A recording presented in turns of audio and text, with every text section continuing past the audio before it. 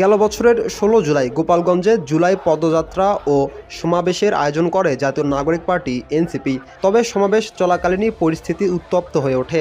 অভিযোগ অনুযায়ী দুপুরের দিকে স্থানীয় আওয়ামী লীগ ও ছাত্রলীগের নেতাকর্মীরা সমাবেশ স্থলে হামলা চালান।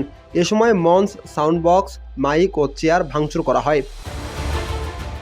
হামলায় এনসিপির বেশ কয়েকজন নেতাকর্মী আহত হন। পরিস্থিতি নিয়ন্ত্রণের বাইরে চলে গেলে দলটির শীর্ষ কয়েকজন নেতা প্রাণ বাঁচাতে ইউএনও কার্যালয়ে আশ্রয় নেন।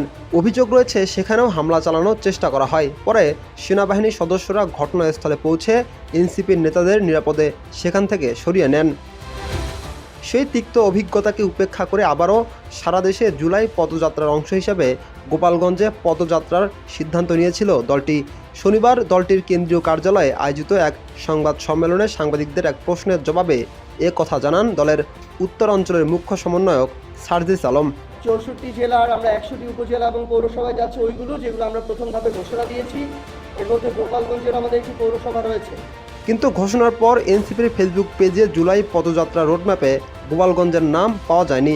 ধারণা করা হচ্ছে কোনো এক অজানা কারণে গোপালগঞ্জের পদযাত্রা বাতিল করেছে দলটি।